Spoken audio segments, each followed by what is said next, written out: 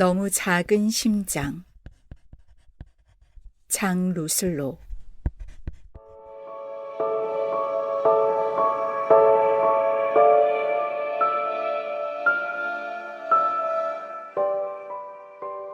작은 바람이 말했다. 내가 자라면 숲을 쓰러뜨려 나무들을 가져다 주어야지. 추워하는 모든 이들에게. 작은 빵이 말했다. 내가 자라면 모든 이들의 양식이 되어야지. 배고픈 사람들의.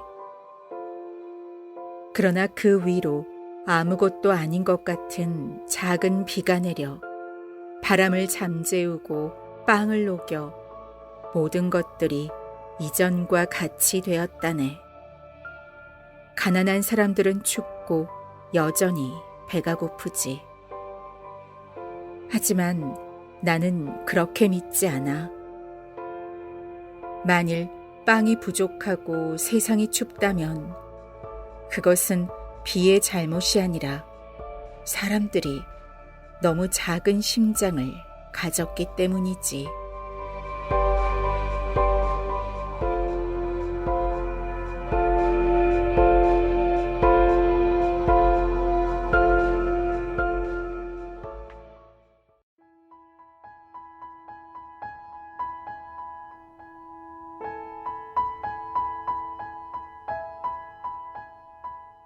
소설 들려주는 여자.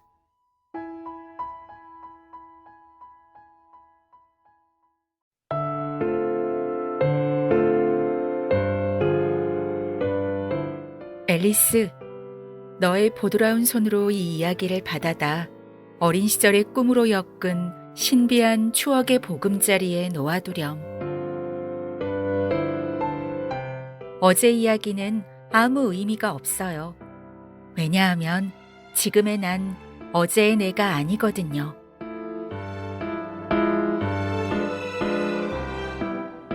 어른이 되어 다시 읽는 고전 명작.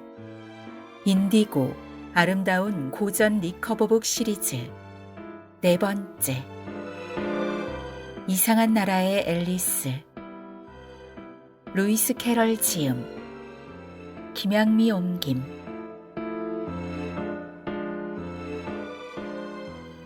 이상한 나라의 앨리스를 통해 전 세계적인 동화 작가가 된 루이스 캐롤은 1832년 영국 채셔 지방의 유복하지만 엄격한 성직자 집안에서 태어났습니다.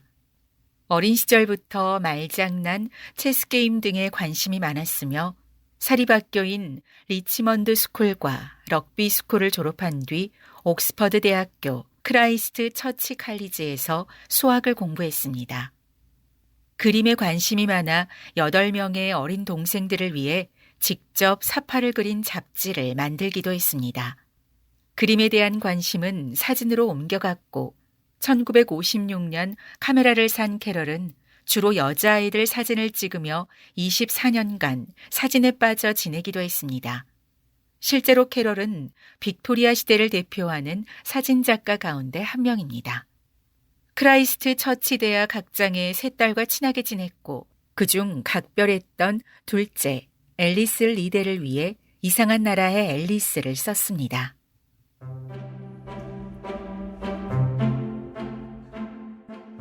이상한 나라의 앨리스는 조끼 입은 흰 토끼를 쫓아 굴 속으로 떨어진 앨리스가 어딘가 이상하지만 호기심을 자극하는 환상적인 세계에서 겪는 모험 이야기입니다. 전혀 있을 법하지 않은 황당한 이야기지만 그 안에 담긴 철학적 메시지를 통해 문학적 가치를 인정받아 1865년에 발표된 이후 끊임없이 다양하게 재구성되고 있습니다. 물담배 피우는 애벌레, 어딘가 수상해 보이는 모자 장수, 트럼프 카드 정원사와 여왕도 만나고 키는 자꾸만 커졌다 줄어들기를 반복하며 채셔 고양이는 순식간에 사라졌다 어디서든 제멋대로 나타나곤 하는 등 기발한 상상력으로 어린이뿐만 아니라 성인 독자까지 매료시키는 환상적인 작품입니다.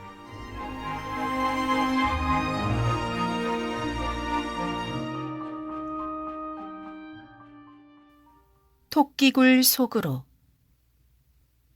언니와 함께 강둑에 앉아있던 앨리스는 점점 따분해지기 시작했다. 언니가 읽는 책을 한두 번 힐끗거리긴 했지만 책에는 그림도 대화도 보이지 않았다. 앨리스는 속으로 생각했다. 그림도 대화도 없는 책이 도대체 무슨 재미람? 그래서 앨리스는 데이지로 꽃다발을 만들까도 생각했지만 꽃을 꺾으러 다니는 게 번거롭게 여겨졌다.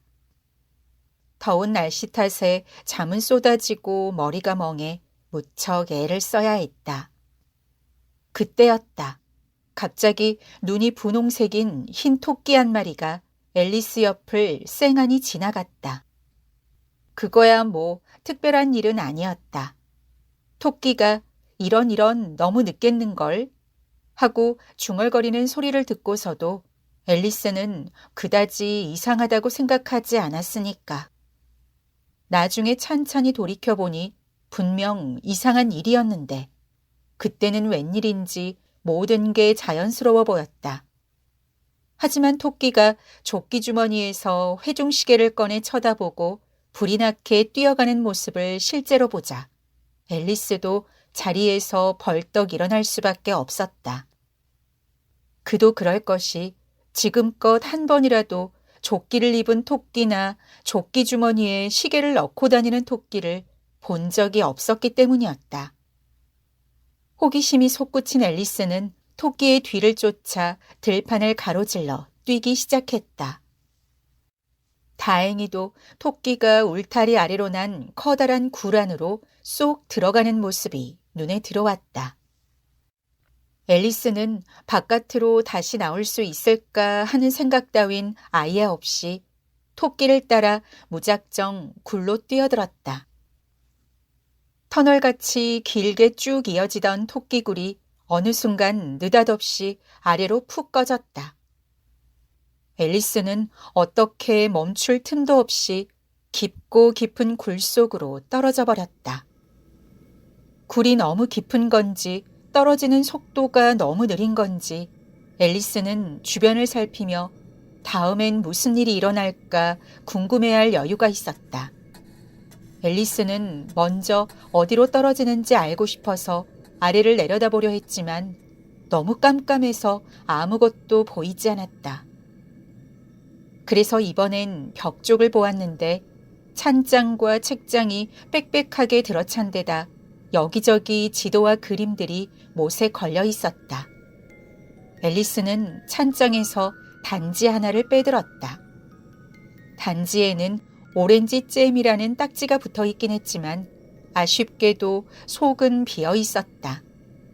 앨리스는 단지를 그냥 떨어뜨리면 혹시 누가 맞아 죽지는 않을까 싶어 아래로 떨어지다가 지나치던 찬장 하나에 가까스로 단지를 밀어 넣었다. 앨리스는 속으로 생각했다. 와, 이렇게 한 번 떨어지고 나면 계단에서 굴러 떨어지는 일쯤은 아무것도 아니겠는걸. 가족들이 얼마나 용감하다고 생각할까? 이젠 지붕에서 떨어져도 찍소리 하나 안 내야지. 그건 정말 그럴듯한 생각이었다.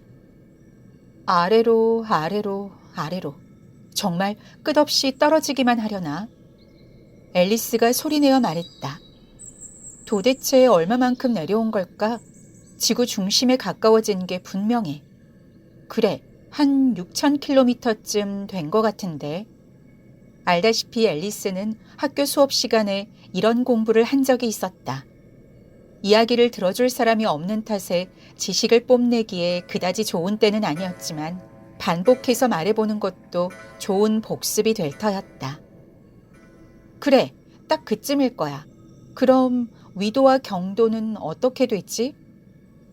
앨리스는 위도와 경도에 대해서는 하나도 몰랐지만 말하기에 꽤나 멋진 말이라는 생각이 들었다. 앨리스가 다시 입을 열었다. 이러다 지구를 뚫고 나가는 건 아닐까? 거꾸로 걸어다니는 사람들 속으로 튀어나가면 얼마나 재미있을까? 그걸 아마 대축점이라고 하지. 앨리스는 자기가 듣기에도 틀렸다는 생각이 들었는지 이번에는 듣는 사람이 없는 걸 다행으로 여겼다. 그래도 나라 이름 정도는 사람들한테 물어봐야지. 실례합니다, 아주머니. 여기가 뉴질랜드인가요, 호주인가요? 그러면서 앨리스는 한쪽 발을 뒤로 빼고 무릎을 굽혀 인사를 하려고 했다. 공중에서 떨어지면서 그러는 모습을 상상해보라. 그게 될 법한 일인지. 하지만 그런 걸 묻는다고 날 바보라고 생각하면 어쩌지? 아니야, 절대로 물어보지 않을래. 어딘가 나라 이름이 적혀 있을지도 몰라. 아래로, 아래로, 아래로. 앨리스는 별로 할 일도 없어서 다시 혼자 떠들기 시작했다. 오늘 밤 다이너가 날 무척 보고 싶어 하겠지? 다이너는 고양이다. 간식 시간에 식구들이 다이너에게 우유를 챙겨줘야 할 텐데. 귀여운 다이너, 지금 옆에 있다면 얼마나 좋을까? 공중에는 쥐가 살지 않는 게 좀 걸리긴 하지만 박쥐를 잡으면 될 거야. 쥐랑 비슷한 구석이 많으니까. 근데 고양이가 박쥐를 먹긴 하나? 졸음이 밀려오기 시작한 앨리스가 꿈결인 듯 혼자 계속 꿍얼거렸다. 고양이가 박쥐를 먹을까? 고양이가 박쥐를 먹을까? 그러다 이따금 이렇게도 중얼거렸다. 박쥐는 고양이를 먹을까? 어차피 둘 다 답할 수 없는 문제라 어떤 식으로 묻든 마찬가지긴 했다.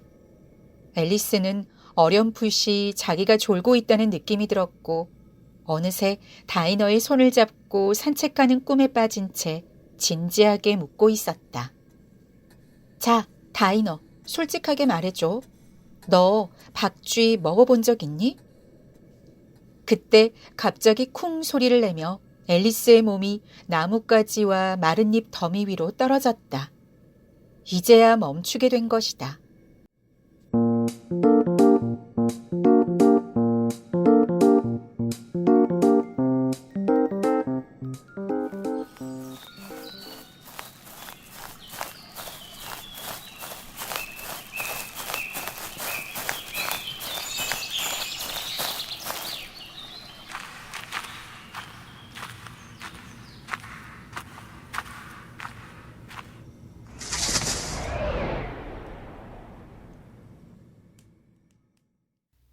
앨리스는 조금도 다친 데가 없었으므로 곧바로 벌떡 몸을 일으켰다. 위를 쳐다보니 온통 까맣기만 했다. 앞쪽으로 또 다른 통로가 길게 이어져 있고 흰 토끼가 허둥지둥 내려가는 모습이 보였다. 우물쭈물할 시간이 없었다. 앨리스는 바람처럼 내달리다 때마침 모퉁이를 돌던 토끼가 이렇게 말하는 소리를 들었다. 오, 내 귀와 수염아, 너무 늦겠어. 앨리스는 토끼의 뒤를 바짝 쫓았다. 하지만 모퉁이를 돌자 토끼의 모습이 온데간데 없이 사라졌다. 앨리스는 천장이 낮은 기다란 복도에 덩그렇게 혼자 남겨지고 말았다. 천장이 길게 한 줄로 매달린 등불들이 복도를 비추고 있었다. 복도를 빙 둘러 문이 여러 개 나 있긴 했지만 모두 잠긴 채였다. 앨리스는 복도 끝에서 끝까지 문이란 문은 모조리 다 열어보고는 풀이 죽은 채 복도 중간으로 돌아와 어떻게 하면 다시 나갈 수 있을까 궁리했다. 그때 갑자기 온통 유리로 된 작은 세발 탁자가 눈에 들어왔다. 탁자 위에는 작은 황금 열쇠 하나가 달랑 놓여 있었다. 열쇠를 본 순간 앨리스는 이 열쇠가 여기 있는 문들 중 하나와 맞을지도 모른다는 생각이 들었다. 하지만 이를 어쩌나. 하나같이 자물쇠가 너무 크거나 열쇠가 턱없이 작은 탓에 어떤 문도 열리지 않았다. 다시 한번 돌아보던 앨리스는 아까는 미처 못 보고 지나쳤던 작은 커튼을 발견했다. 커튼 뒤로 30cm가 조금 넘는 작은 문이 있었다. 앨리스가 자물쇠에 황금 열쇠를 끼워 넣자 기쁘게도 꼭 들어맞는 것이 아닌가. 문을 열자 쥐구멍만한 작은 통로가 나왔다. 무릎을 꿇고 엎드려 들여다보니 한 번도 본 적이 없는 아름다운 정원이 펼쳐졌다. 앨리스는 어두침침한 복도를 벗어나서 화사한 꽃 화단과 시원한 분수 사이를 거닐고 싶은 마음이 간절했다.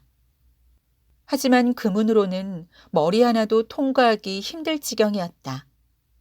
앨리스는 생각했다. 머리는 들어가도 어깨가 걸리면 무슨 소용이야? 아, 망원경처럼 몸을 접을 수 있으면 얼마나 좋을까? 처음 시작하는 방법만 알면 어떻게 될 것도 같은데. 워낙에 희한한 일을 많이 겪다 보니 앨리스는 이제 실제로 안 되는 일은 거의 없다고 믿게 되었다. 작은 문가에서 기다려봤자 뾰족한 수가 없겠다는 생각이 든 앨리스는 탁자 위에 혹시 다른 열쇠가 있지 않을까? 아니면 사람을 만원경처럼 접는 법을 쓴 책이라도 있지 않을까 하는 기대로 다시 탁자로 돌아왔다. 그러자 이번엔 탁자 위에 놓인 작은 병 하나가 눈에 들어왔다. 아까는 분명 없었는데 하고 앨리스는 중얼거렸다. 병에는 날 마셔요라는 큼직한 글자가 멋지게 적힌 종이표가 달려 있었다. 날 마셔요란 말은 마셔도 좋다는 말이긴 했다. 하지만 영리한 앨리스는 서두르지 않았다. 안 돼. 먼저 독성이라는 표시가 있는지부터 살펴봐야 해.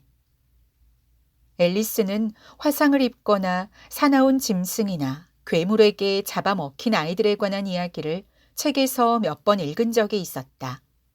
그게 다 친구들이 일러준 간단한 규칙을 잊어버린 탓이었다. 뜨겁게 달궈진 포크를 오래 잡고 있으면 된다든가, 칼을 너무 가까이 하면 손가락을 벤다든가 하는 사실들 말이다. 그래서 앨리스는 독성이라고 쓰인 걸 많이 마시면 분명 탈이 난다는 사실을 똑똑히 기억하고 있었다. 하지만 이 병엔 독성이라는 표시가 없었으므로 앨리스는 용기를 내어 살짝 맛을 보았다. 그리고 맛이 어찌나 좋든지 체리파이와 커스터드, 파인애플, 칠면조구이, 바삭바삭한 토피 사탕과 버터를 발라 따끈따끈하게 구운 토스트가 뒤섞인 그런 맛이었다. 앨리스는 눈 깜짝할 사이에 그 병을 다 비워버렸다. 기분이 이상하네. 내 몸이 망원경처럼 접혀 작아지는 것 같아. 앨리스가 말했다. 정말 그랬다. 이제 앨리스의 키는 30cm도 안 될 정도로 작아졌다. 작은 문을 통과해 예쁜 정원으로 들어가기에 딱 좋은 크기가 되었다는 생각에 앨리스의 얼굴이 환해졌다.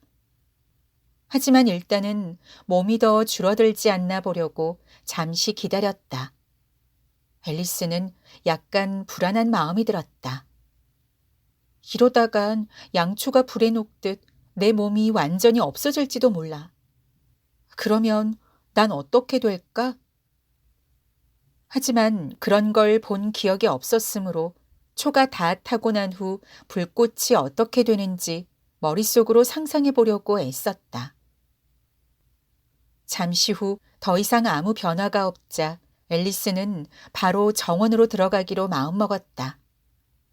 하지만 이렇게 딱 할 때가 문까지 닿아와서야 깜박 잊고 황금 열쇠를 두고 왔다는 생각이 났던 것이다. 할 수 없이 다시 탁자로 되돌아가 보니 이젠 그 위까지 손이 닿지 않았다. 열쇠가 탁자 유리를 통해 훤히 보였다. 앨리스는 탁자 다리를 잡고 있는 힘을 다해 기어 오르려 했지만 다리가 너무 미끄러웠다. 몇 번이나 안간힘을 쓰다가 지쳐버린 앨리스는 가엾게도 바닥에 주저앉아 울음을 터뜨렸다.